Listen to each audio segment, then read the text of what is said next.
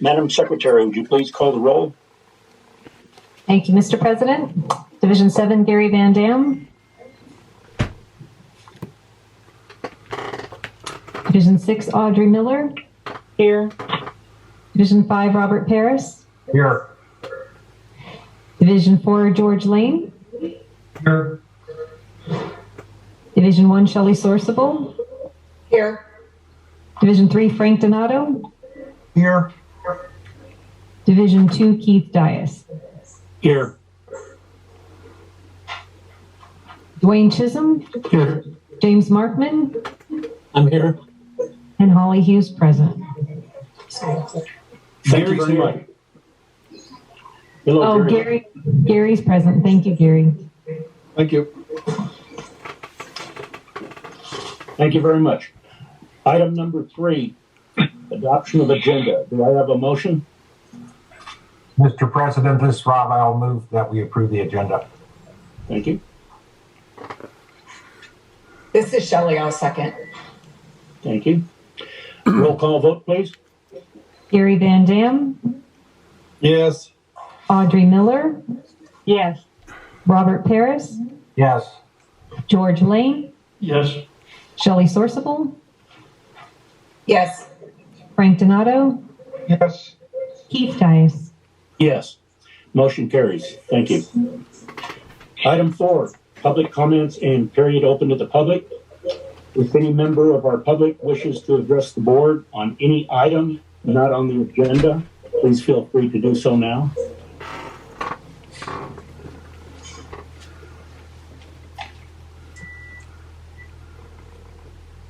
Hearing none, we'll move on to 4A, voluntary public roll call. If any member of the public would like to introduce themselves, please feel free to do so now. Vince Dino, Palmdale Water District. Hi, Vince. How you doing? John Joyce reporting for the communities of Roseman, Lake Los Angeles, Acton, and Agua Dulce. Thank you, John. Anyone else?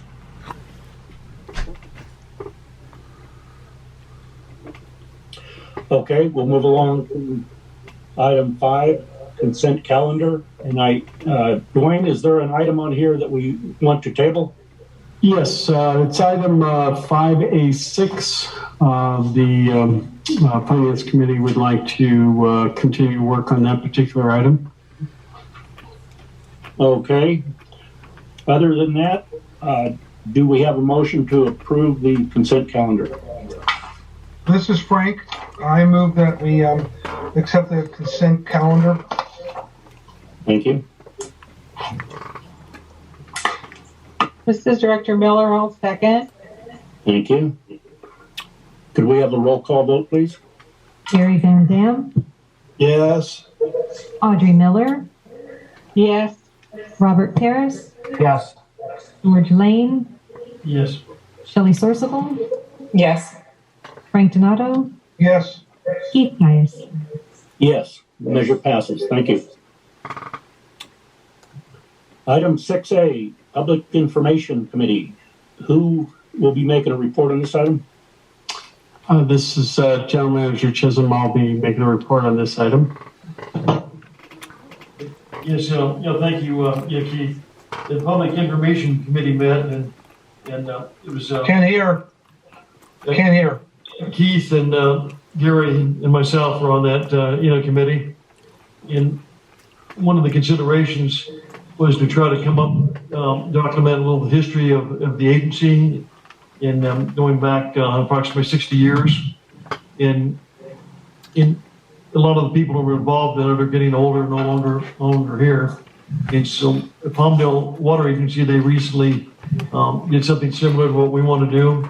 And the staff had investigated and came up with an outside an agency would help put this document the history of AVAC and try to put it in something that can be distributed to the board and outside groups or anybody who may be interested. And the cost would be approximately $50,000 dollars. And the timeline it's going to take several, months, for that. But if we don't do it now, we'll get ahead of us. And so we've got, I think a lot of the older directors, we know we've got those, cassettes, we've done a number of years ago. And thank goodness for that, because that'll be part of a resource. And so the committee's recommending, I believe it's $50,000. Is that correct? Correct.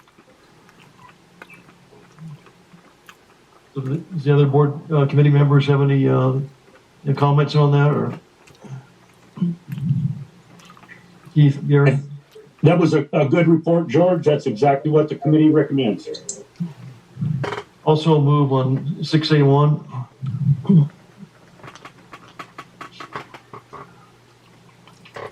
Director Van Dam, I'll second that. Thank you. Any more discussion? This is Director Miller. I just have a question. Sure. How many books would that be to distribute out to the public, or would they purchase back books, or how would that work? Probably would not purchase it, but it's there for the history for AVAC and anybody that may be interested. And it gets away from people very, very fast, and we've got an opportunity now to put it together, and probably with our resource material, the cassettes that were done a number of years ago, plus staff has a history of this, and so we'll have to determine how it's going to be used, but it'll be distributed to interested parties, and that would probably be we'd have to look at how wide our distribution that would be, but it's not going to be something that's going to be widely distributed, but it's here for the history forever. Is it within the cost of the $50,000 that you're talking about, the books that would be handed out? Approximately, until we get completely into it, we don't know 100%. But the distribution, I'm sure, would be done at the agency level. I don't think there would be any cost besides agency time and staff. Okay, thank you. Are there any more questions or discussion? Could we have a roll call vote, please? Gary Van Dam, Yes. Audrey Miller, Robert Paris, Yes. George Lane, Yes. Shelley Sourceable, Yes. Frank Donato, Yes. Keith Dias. Yes, measure passes. Thank you for the great report, Director Lane. Yeah, thank you. All right, we'll move along to item 6B, the redistricting committee. Director Lane, do you have a report? Yeah, thank you.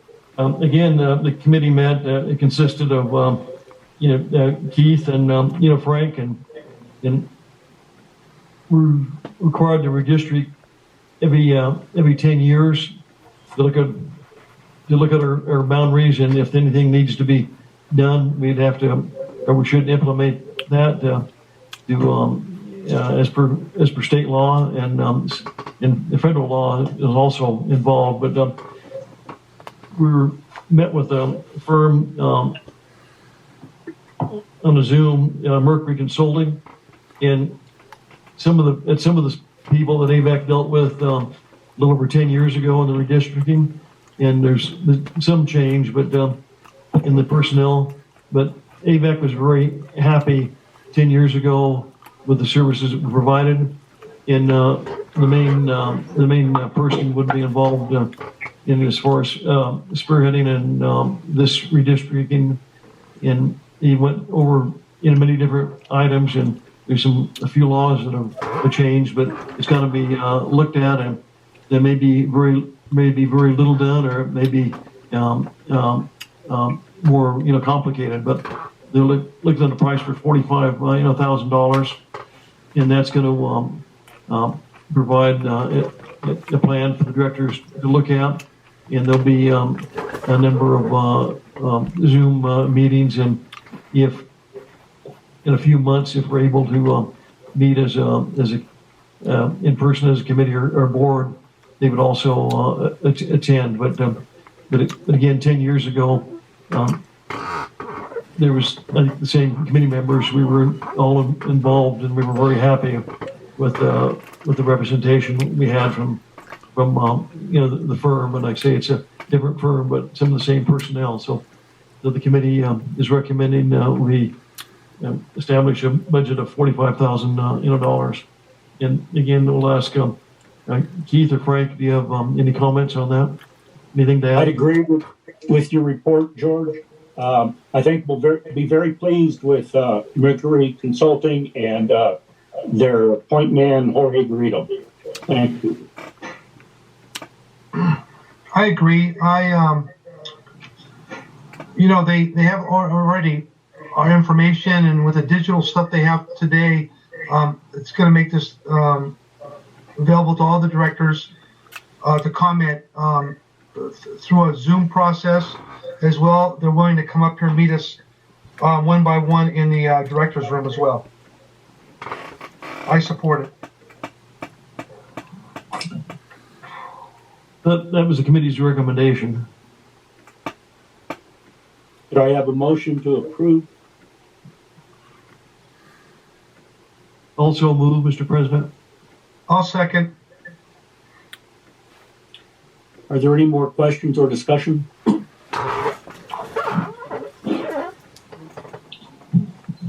Roll call vote, please. Gary Van Dam, Yes. Audrey Miller, Yes.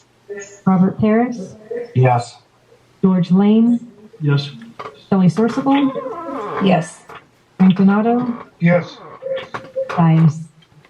Yes, the measure passes. Thank you. Item 6C, High Desert Water Bank and Water Resources Committee. Director Donato, you have a report?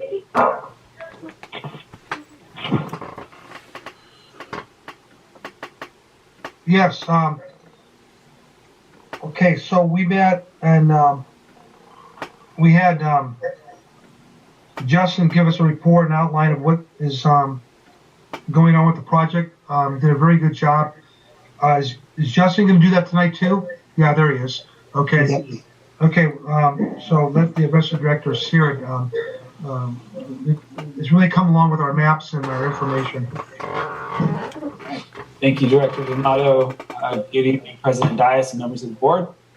As Director Donato mentioned, this is the monthly update that the High Desert Water Bank Committee gets on a regular basis, and wanted to provide some of this information for the benefit of the full board at this time. This slide is an executive summary. It talks about the project objectives at the top, which is to develop the High Desert Water Bank to improve the reliability of the state water project deliveries, as well as Avek's financial stability. The goals of the project are to recharge and recover up to 70,000 acre feet per year with a direct pump back component to the east branch of the state water project. The overall goal of the whole project site is to be able to store up to 280,000 acre feet in total with a 10% loss or leave behind.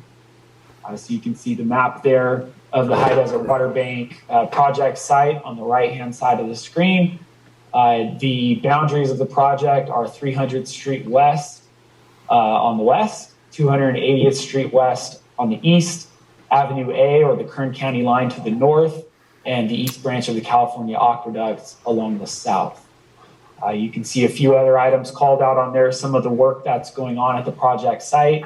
The stars, the yellow stars, are the locations of pilot recovery wells, which we are in the progress of drilling right now, a contract that was awarded by the board back in December, as well as a monitoring well under that same contract. And then a few other notable features of the project site, some Tajon properties, which are located within the project boundaries, the proposed location of the turnout to serve the project, and the location of an existing farmhouse on site that would serve as a control building once the project is ultimately completed.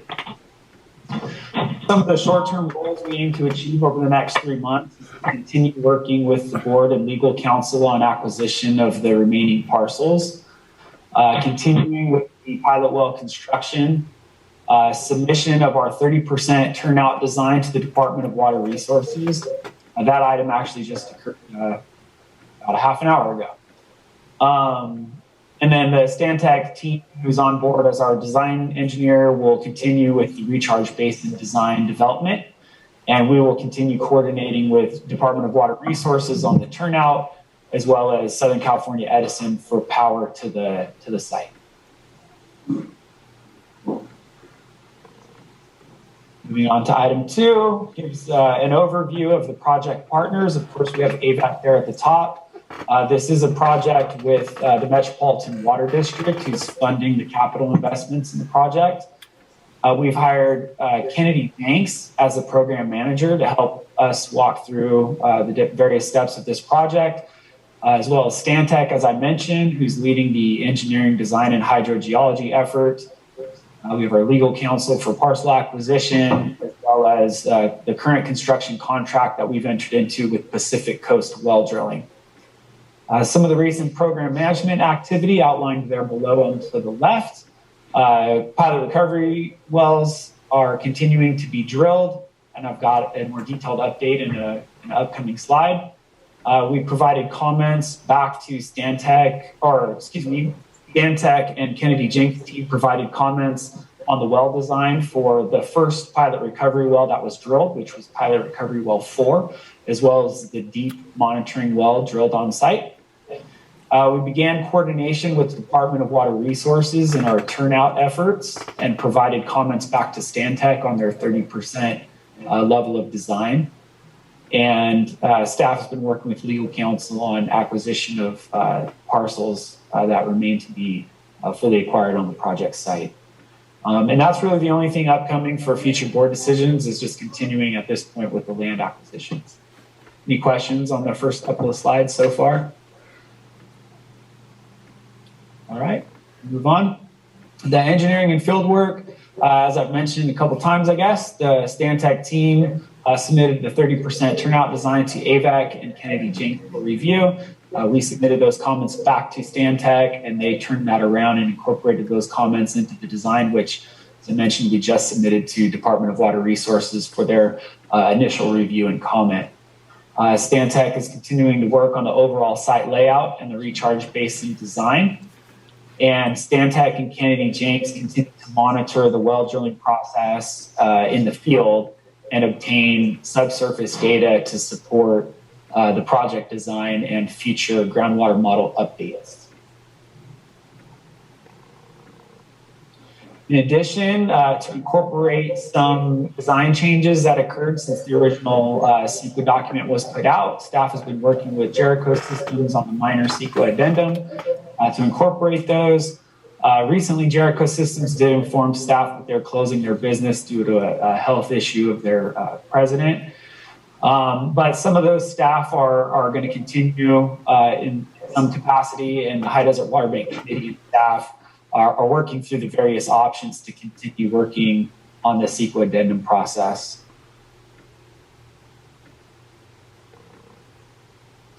On the construction side, Pacific Coast Well Drilling is making steady progress on the second pilot recovery well, and they've actually advanced the borehole to the total depth, which was 1,200 feet below land surface.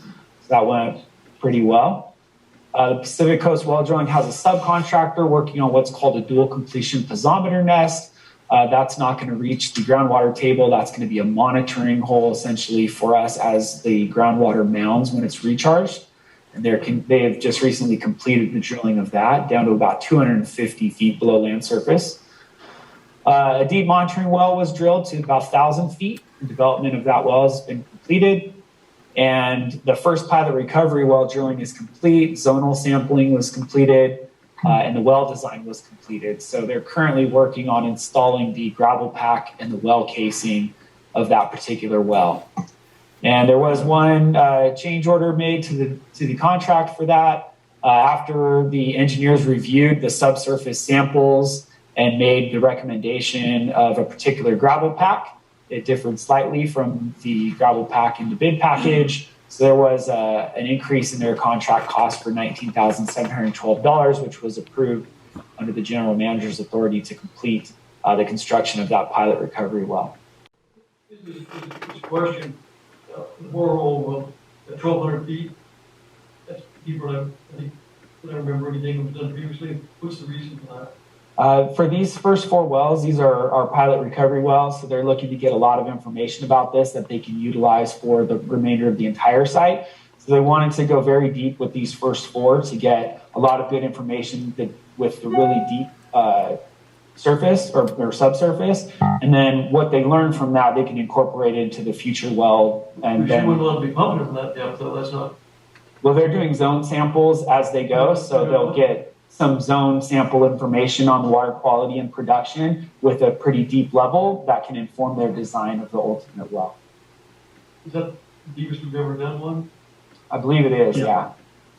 And the plan is to get the information on this one. If it shows that the water quality is poor or the production is poor that deep, then the future wells would not be drilled to that depth. It's not contemplated to pump from that depth, is it? Right now, they're screening that one to deep, and they're putting a blank casing kind of in the middle of that right now. But they're still reviewing some of the data. We are going to pump test that well, and we'll see what we get. Substantial to pump from that depth. Yeah, that's right. It is going to be a balancing act for the cost, and we're going to get into budget later. Metropolitan Water District, as a partner in this project, is going to be paying for the entire operation and maintenance of the project site when it's completed. At that depth, what would it? You have any idea what it would cost? $300-400 an acre foot or less? I don't know.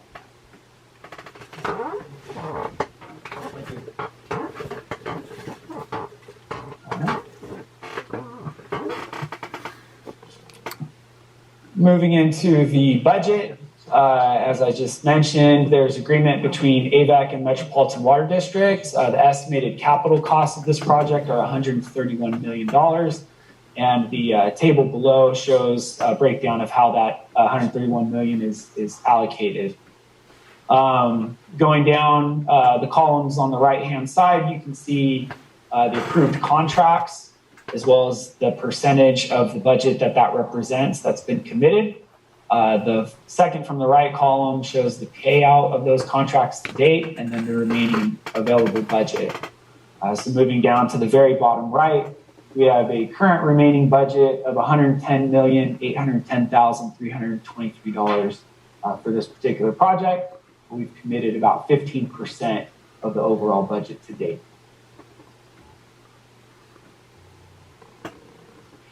This table summarizes the contracts that we have entered into so far. As I mentioned, we have Kennedy Jenks on board as our program manager. You can see the value of their contract there, just shy of $1.3 million, as well as Stantec for the engineering, design, and hydrogeology, $3.8 million after in total there. And then Pacific Coast Well Drilling with the change order I mentioned incorporated is $4.7 million. You can see the amounts that we've paid out on each of those contracts listed there. And then this table summarizes the account activity in the capital program account that was created for this particular project. You can see on the right-hand side, the far right column is the cumulative Metropolitan Water District deposits to the capital program account to support the financing of this project. They've made a total deposits of almost $17 million to date, most recently in March with a $1 million deposit to reimburse us for capital expenses through December 31st of 2020. So we currently have a balance in that account of just over $4 million to pay for any upcoming expenses. Any questions on the budget? All right.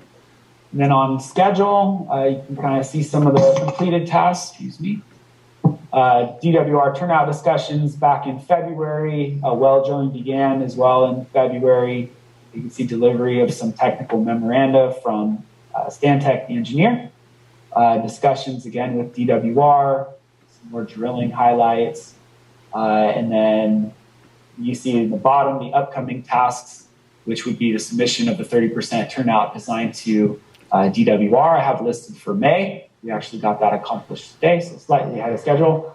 And then the well drilling and testing program will continue through October of 2021. And finally, one last update for the board's knowledge. We received a letter from one of the homeowners that lives off of 280th Street West near the High Desert Water Bank project site, citing some concerns that are listed there in bullet points. We had a brief conversation with that homeowner, and we believe that the majority of these comments are going to be taken care of through design.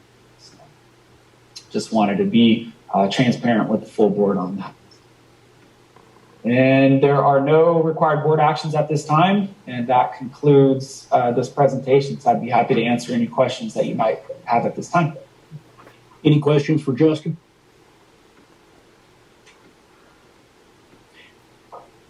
Excellent report. Thank you very much, Justin.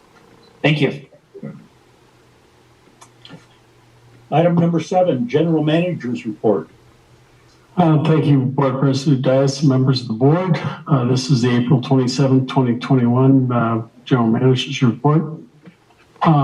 We have very, very dry conditions, and it looks like that's going to continue. There was some hope that this little weather system that we've seen the last couple of days was going to provide some additional moisture in the northern part of the state. However, that didn't pan out. So we continue with very, very dry conditions. You can see here from this graph, you can see the yellow bars correspond to what actuals are. The blue lines on the top show you what is average. So on an average point of view, you would have 3.8 inches in April. We got 0.7. And as you can see, over the next couple of months, it really drops off. So we're not anticipating any significant rainfall for the balance of this water year, which ends in October. You can see from this map here, I'm sorry, move things over too quick. We're here at this point here in during this part of April, and you can see right here is April. We're right here. You can see it's been very flat. We haven't had much rain in the last month. As the indicates 76, 77 that some of us were old enough to remember, had 19 inches, and that was, but we're looking at 23.3 and not a whole lot more. So it's going to be one of the driest years on record moving forward. So, and you can see we were back up here just a few years ago in 18, 19.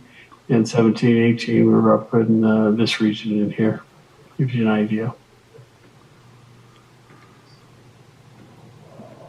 As far as reservoir levels go, we're still about 50% of our historical average.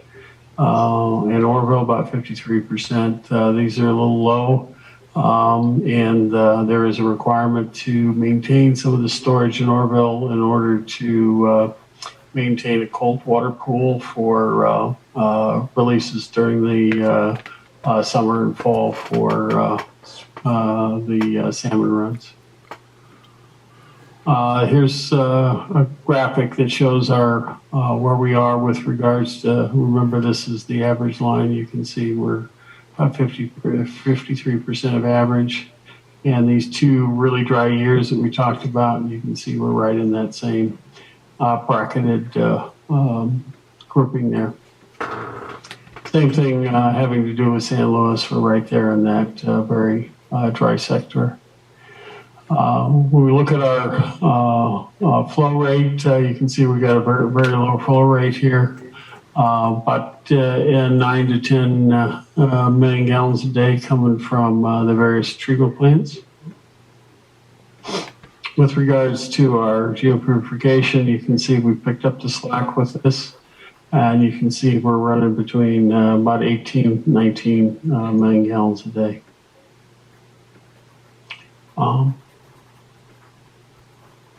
As far as banking goes, of course, we're off both on the east side and Upper Amargosa and the west side water bank.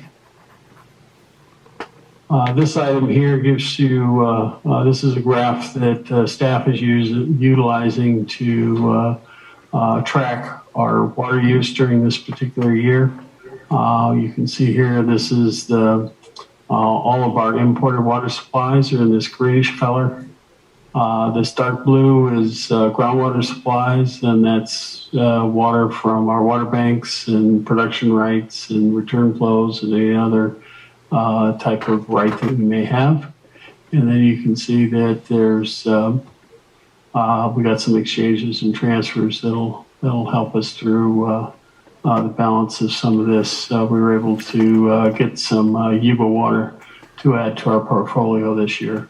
So we're going to have a total of 46,490 acre feet that will be delivered, at least on a planning basis. And we're tracking that versus actual, and this is adjusted on a regular basis. Staff meets every couple of weeks to go over where we're at so we can keep a good close look at this. As far as water quality, we've completed our second quarter compliance sampling, and everything remains in very good shape with regards to water quality. Operation maintenance, we've finally finished the Phillips Lab rocket site. That pump station and rehab is complete. We're going to have some chemical proposals for you at the next board meeting, and American Construction is working on the coagulant removal. We're also working with LA County Water Works in order to maximize the amount of water that we can move through the 80th and H pump station. As far as COVID compliance goes, we've had no new confirmed cases, and we continue to follow the protocols. As far as events and schedules, we've got a Water Master meeting tomorrow. The virtual spring conference for Aqua is the 12th through the 13th. We have a holiday on the 31st of May, and I will be on a working vacation between April 28th and May 7th. I'll be attending having a few meetings next week, but primarily it's working on my part and helping my daughter with a little bit of a remodel job on a new house that she started. So that's what I mean by working vacation. So happy to answer any questions that you may have. Are there any questions for Dwayne? Hearing none. Thank you very much, Dwayne. Good report.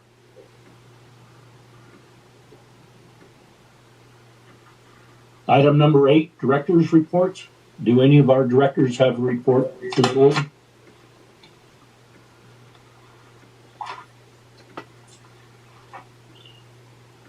Okay, we'll move along to item 9, attorney's report.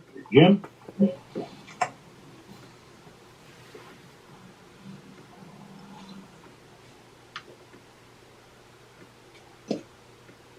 Do we have you were muted. I'm sorry, I was muted. I have no report, Keith. Thank you. Item 10, are there any requests for any future agenda items? Yeah, I have one. Sure. This is Director Donato. With all the environmental impacts and CEQA, and we happen to live in one of the biggest areas of the Joshua Tree. I brought this up to other committees, but now since the whole board's here, is I'd like to see us put on an agenda. And that doesn't be next meeting, but I think it should go to the PR committee and then come brought back. But I think the board should work with the county. What's that called there? The resource. Conservation. And I think Conservation District. Yeah, district. And I think we should develop a young, I guess you call them young baby Joshua Tree system. So when people pull out the big ones, which they can't replant, they won't grow. We'd have hundreds of these things in that conservation area, and they pay the whether it's AVAC or the cities or the county or builders, they can buy these things to replant them at a young age, which I was told and studied a little bit about them, that they will grow and mature into big trees, of course, over 100 years. But I think that would be something this agency should look at, since we're going to continue to buy land and develop land for groundwater storage. We've got to address the Joshua tree situation. So it's just something to bring up for all the board to think about in a committee. Keith, whoever that is on a committee, should start looking at that situation. I think that's a good idea. We will assign that to the Public Information Committee. So, Madam Secretary, the next time you prepare an agenda for the Public Information Committee, would you please include that? Yes. I like that idea also, Frank. Are there any more requests for future agenda items? Okay, now we're ready. Now we are ready to consider closed session. Mr. Chisholm, is there a reason to go into closed session tonight? Yes, there is. Item A. Do I have a motion to go into closed session for item number 11A?